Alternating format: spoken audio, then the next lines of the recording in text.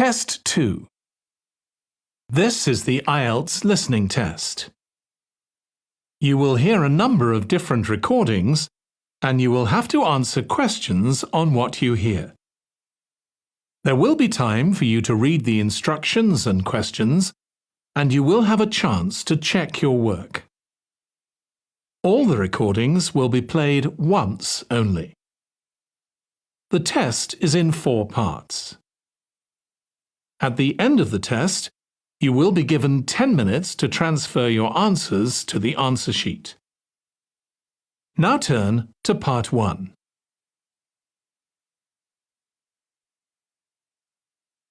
Part 1. You will hear a woman calling a tourist information office to ask about a festival. First, you have some time to look at questions 1 to 4.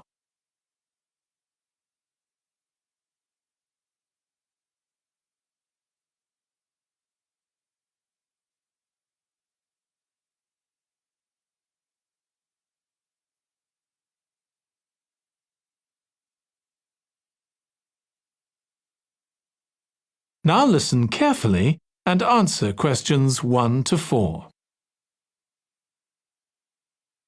Good morning. You're through to the Tourist Information Office. Tim speaking. How can I help you? Oh, hello.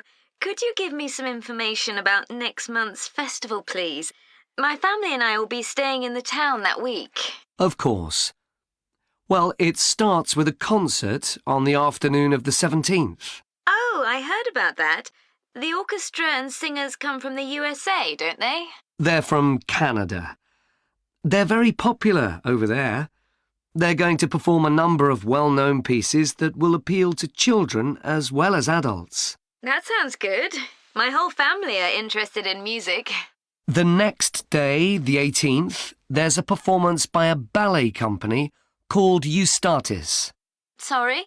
The name is spelled Eustatis. They appeared in last year's festival and went down very well. Again, their programme is designed for all ages. Good. I expect we'll go to that. I hope there's going to be a play during the festival. A comedy, ideally. You're in luck. On the 19th and 20th, a local amateur group are performing one written by a member of the group. It's called Jemima. That'll be on in the town hall. They've already performed it 2 or 3 times. I haven't seen it myself, but the review in the local paper was very good. And is it suitable for children? Yes. In fact, it's aimed more at children than at adults. So both performances are in the afternoon.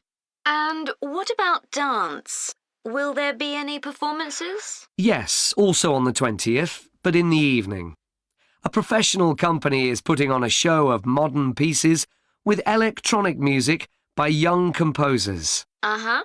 The show is about how people communicate, or fail to communicate with each other, so it's got the rather strange name, chat.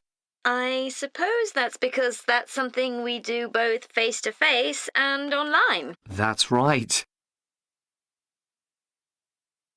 Before you hear the rest of the conversation, you have some time to look at questions 5 to 10.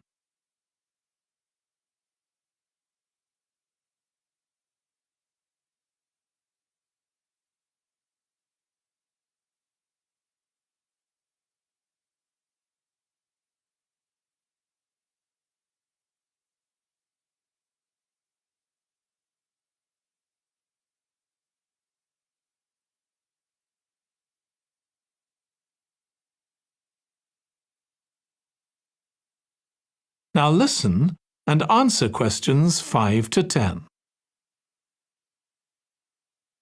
Now, there are also some workshops and other activities.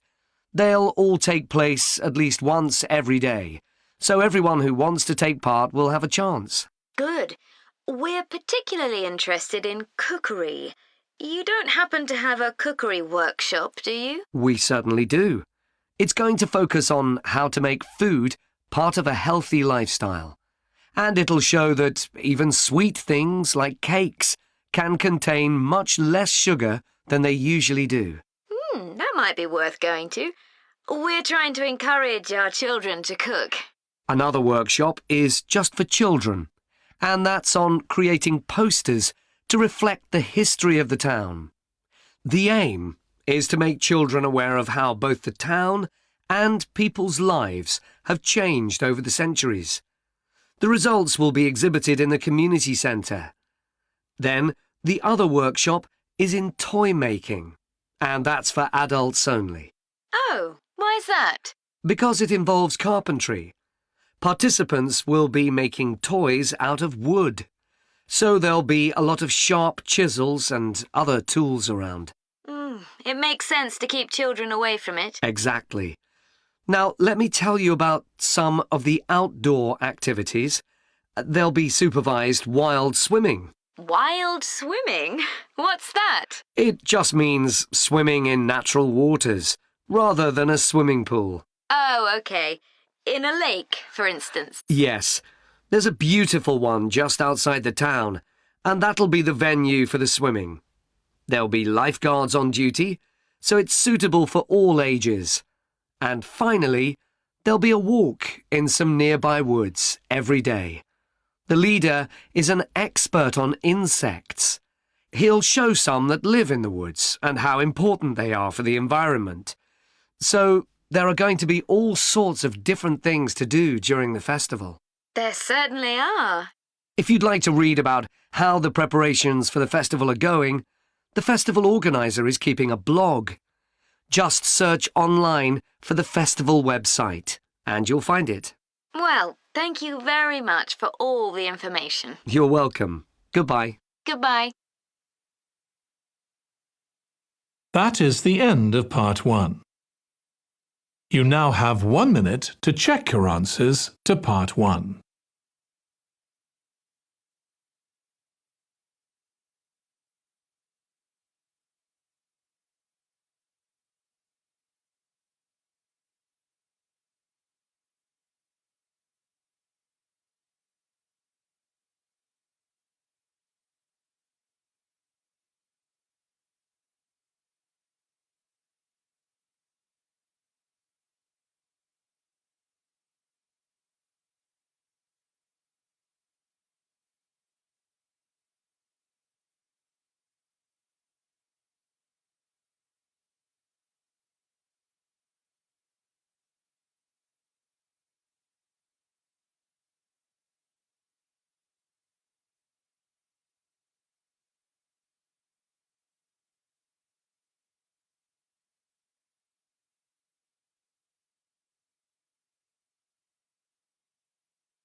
Part 2.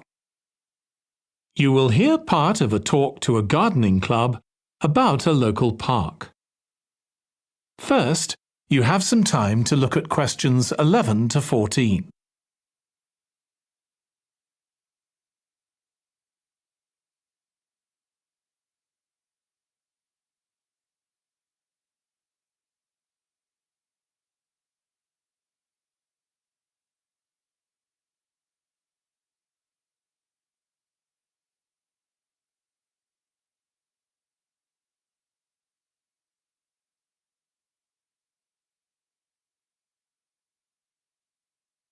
Now listen carefully and answer questions 11 to 14.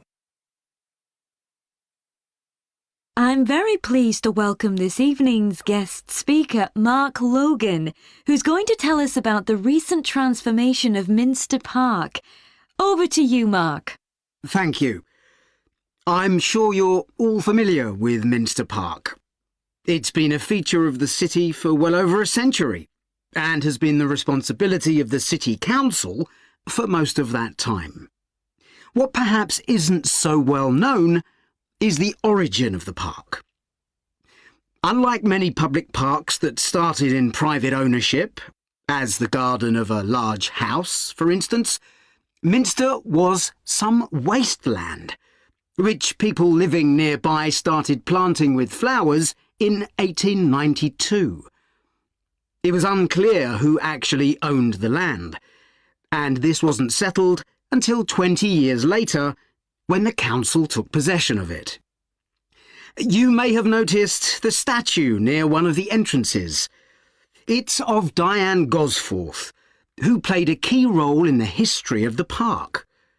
Once the council had become the legal owner, it planned to sell the land for housing. Many local people wanted it to remain a place that everyone could go to enjoy the fresh air and natural environment. Remember, the park is in a densely populated residential area.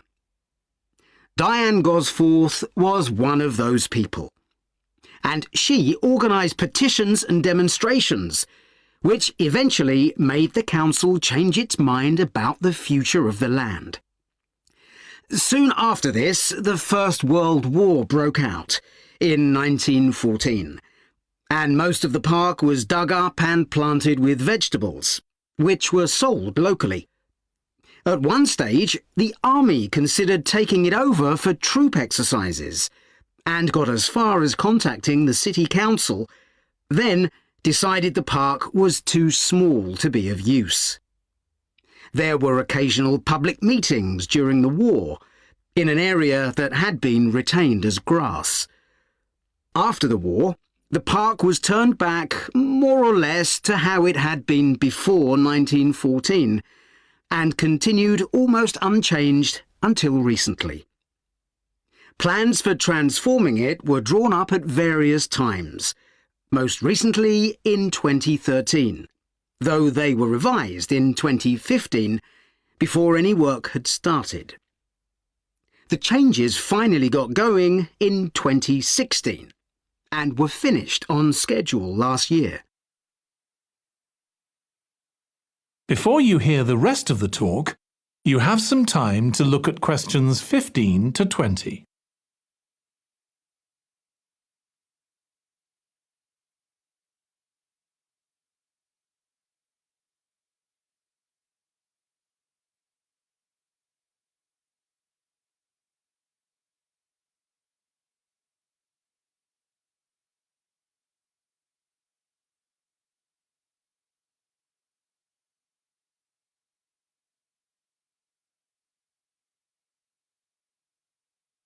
Now listen and answer questions 15 to 20.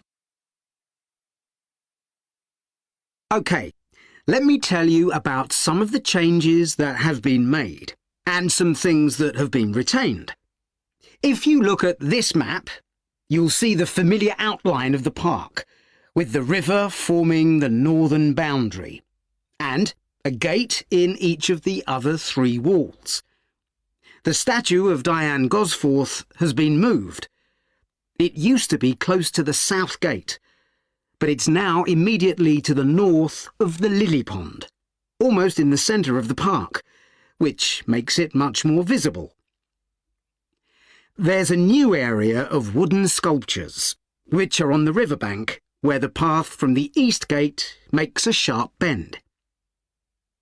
There are two areas that are particularly intended for children. The playground has been enlarged and improved, and that's between the river and the path that leads from the pond to the river. Then there's a new maze, a circular series of paths separated by low hedges. That's near the west gate. You go north from there towards the river and then turn left to reach it. There have been tennis courts in the park for many years, and they've been doubled, from 4 to 8. They're still in the southwest corner of the park, where there's a right-angle bend in the path. Something else I'd like to mention is the new fitness area. This is right next to the lily pond on the same side as the west gate. Now, as you're all gardeners, I'm sure you'll like to hear about the plants that have been chosen for the park. That is the end of part 2. You now have 30 seconds to check your answers to part 2.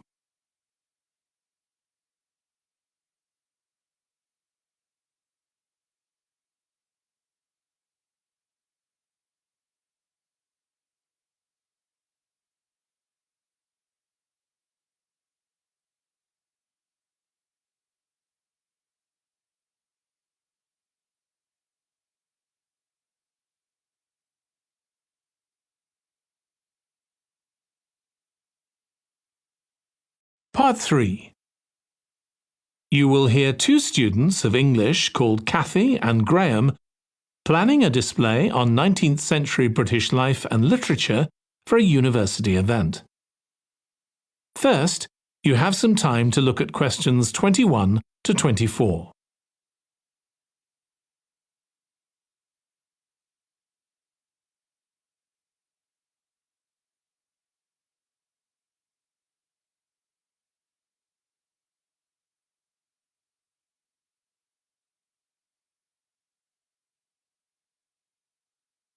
Now listen carefully and answer questions 21 to 24. OK, Graham, so let's check we both know what we're supposed to be doing. OK. So, for the university's open day, we have to plan a display on British life and literature in the mid-19th century. That's right. But we'll have some people to help us find the materials and set it up, remember? For the moment, we just need to plan it. Good. So, have you gathered who's expected to come and see the display? Is it for the people studying English or students from other departments? I'm not clear about it. Nor me. That was how it used to be, but it didn't attract many people, so this year it's going to be part of an open day to raise the university's profile. It'll be publicised in the city to encourage people to come and find out something of what goes on here. And it's included in the information that's sent to people who are considering applying to study here next year. Presumably, some current students and lecturers will come? I would imagine so. But we've been told to concentrate on the other categories of people. Right. We don't have to cover the whole range of 19th century literature, do we? No, it's entirely up to us. I suggest just using Charles Dickens. That's a good idea. Most people have heard of him and have probably read some of his novels or seen films based on them. So that's a good lead-in to life in his time. Exactly. And his novels show the awful conditions that most people had to live in, don't they? He wanted to shock people into doing something about it. Did he do any campaigning other than writing? Yes, he campaigned for education and other social reforms and gave talks. But I'm inclined to ignore that and focus on the novels. Yes, I agree. Before you hear the rest of the discussion, you have some time to look at questions 25 to 30.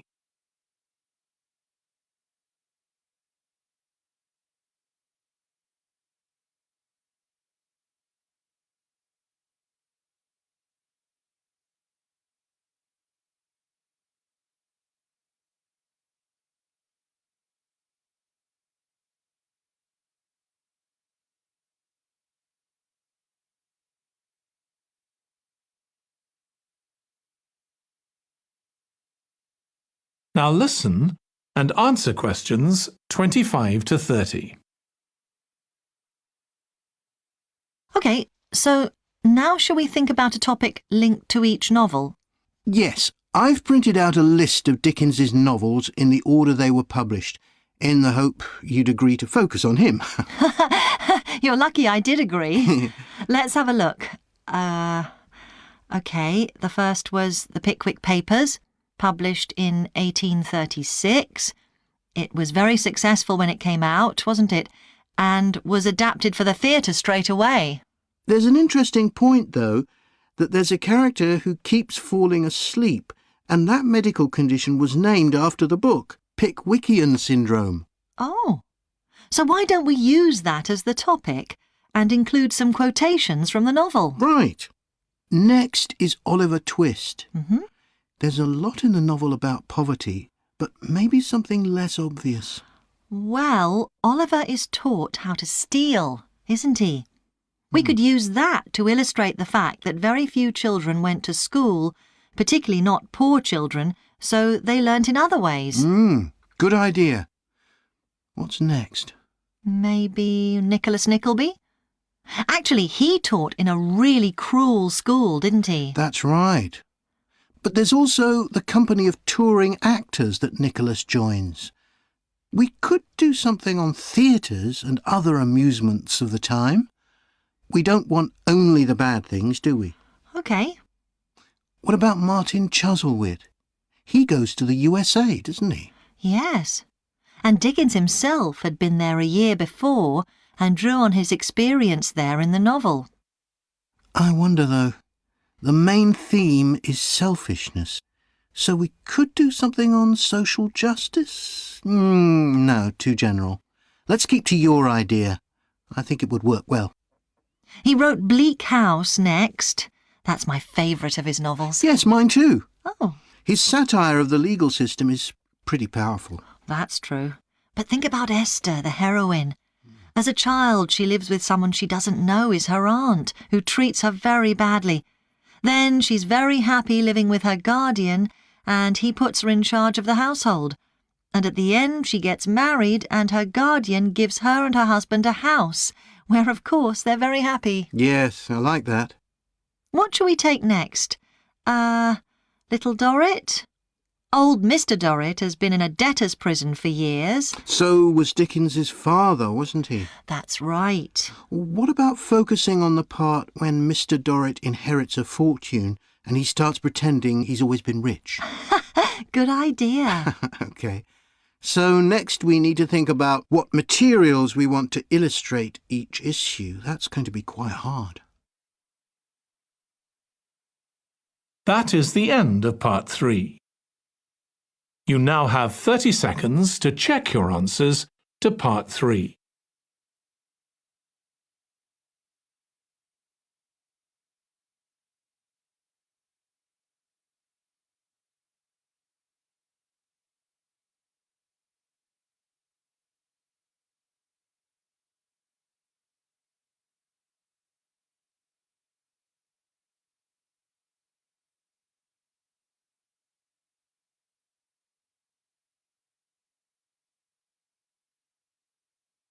Part 4.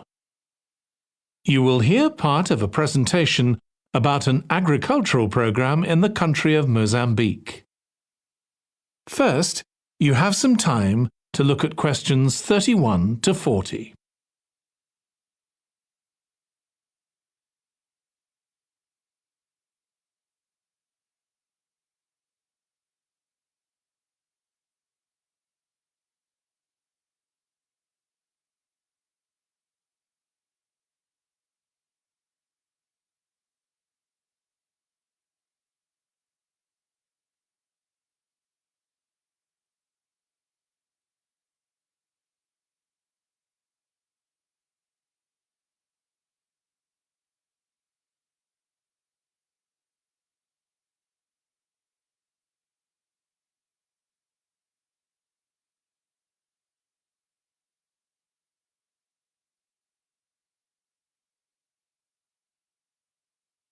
Now listen carefully and answer questions 31 to 40.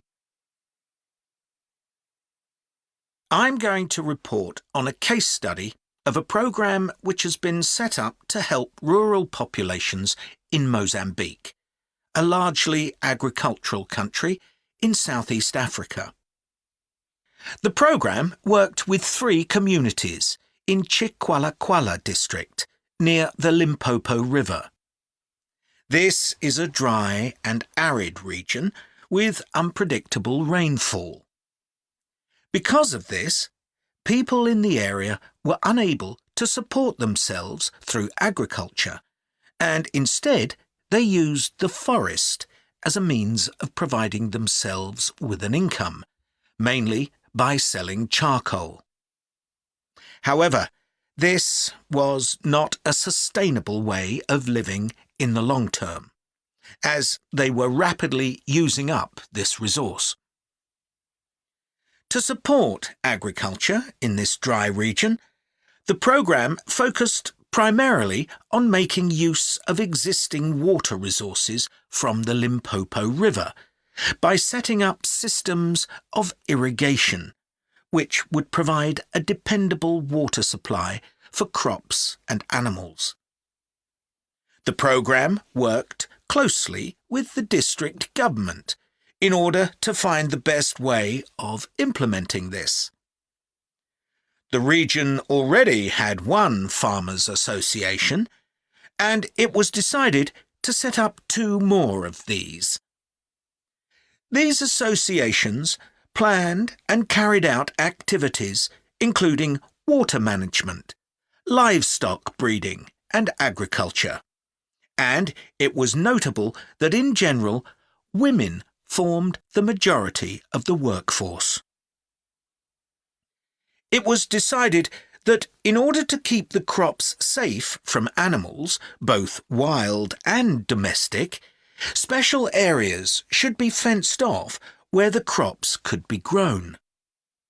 The community was responsible for creating these fences, but the programme provided the necessary wire for making them. Once the area had been fenced off, it could be cultivated. The land was dug so that vegetables and cereals appropriate to the climate could be grown, and the programme provided the necessary seeds for this.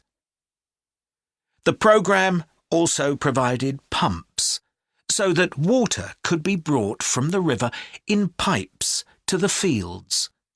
However, the labour was all provided by local people, and they also provided and put up the posts that supported the fences around the fields.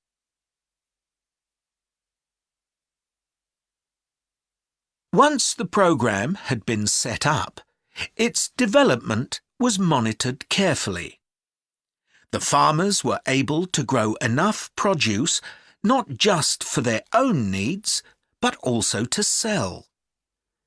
However, getting the produce to places where it could be marketed was sometimes a problem, as the farmers did not have access to transport, and this resulted in large amounts of produce, especially vegetables, being spoiled.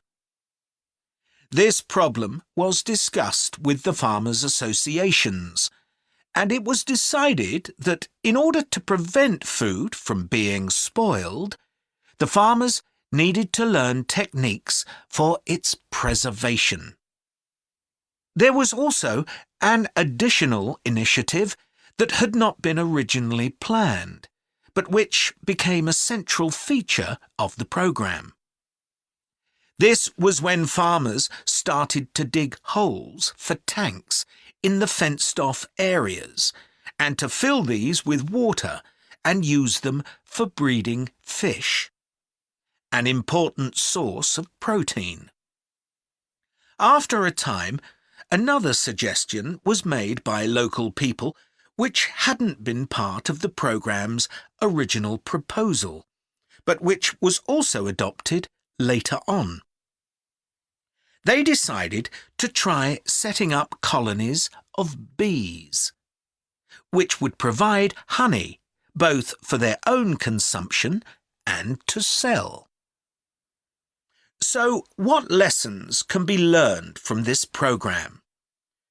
First of all, it tells us that in dry, arid regions, if there is access to a reliable source of water, there is great potential for the development of agriculture. In Chiqualaquala, there was a marked improvement in agricultural production, which improved food security and benefited local people by providing them with both food and income. However, it's important to set realistic timelines for each phase of the programme, especially for its design, as mistakes made at this stage may be hard to correct later on. The programme demonstrates that sustainable development is possible in areas where there is. That is the end of Part 4. You now have 1 minute to check your answers to Part 4.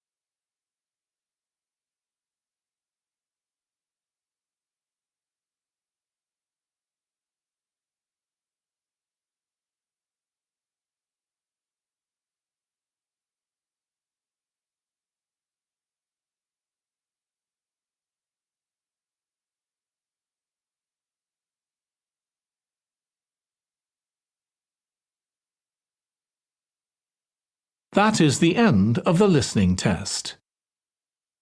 In the IELTS test, you would now have 10 minutes to transfer your answers to the answer sheet.